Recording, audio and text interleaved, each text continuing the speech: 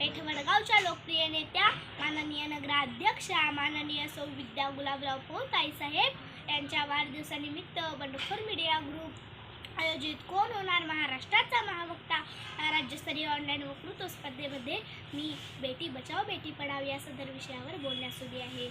माझे नाव ईश्वरी संतोष साळुंखे। माझ्या शाळेचे नाव कन्या विद्या मंदिर तारदाळ। मी इयत्ता 4थीमध्ये शिकते।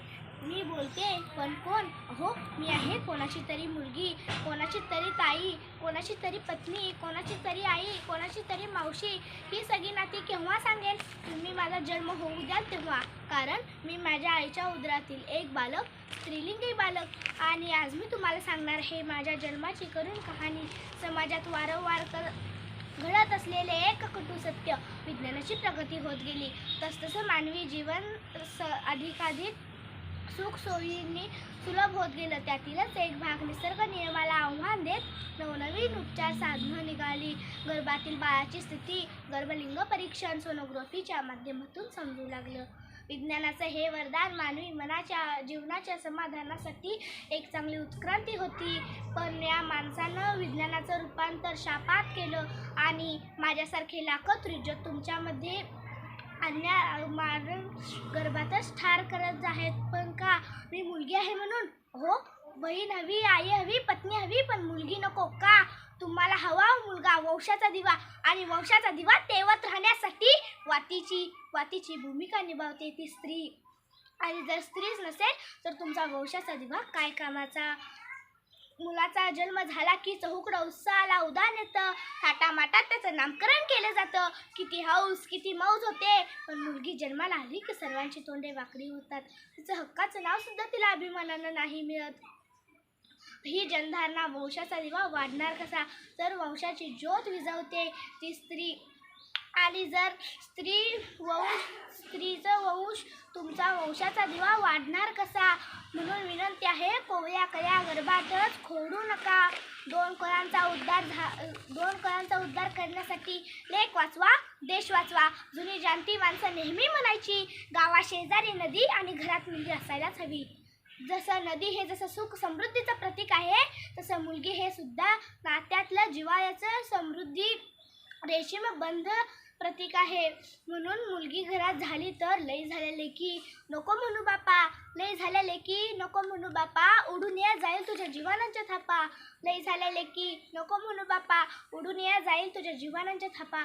असं सांगूनही जुनी जाणती माणसं नेहमी मुलीच्या जन्माचं स्वागतच करायला लावायची।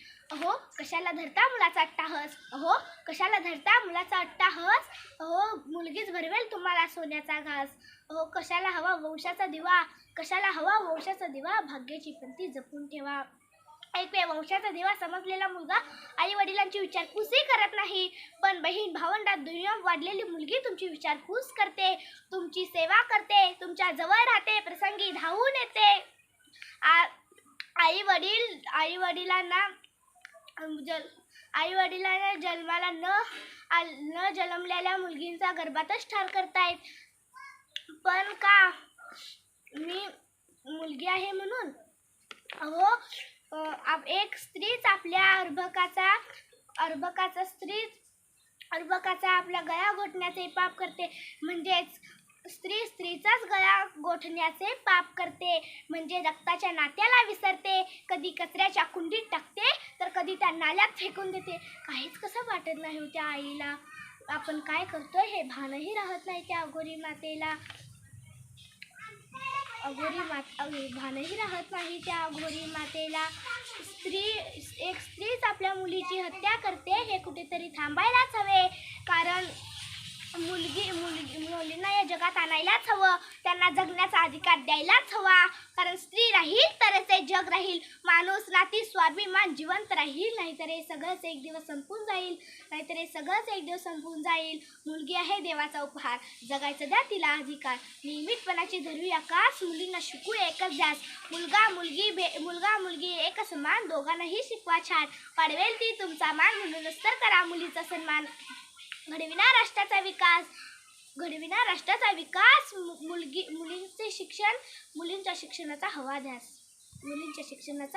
धन्यवाद।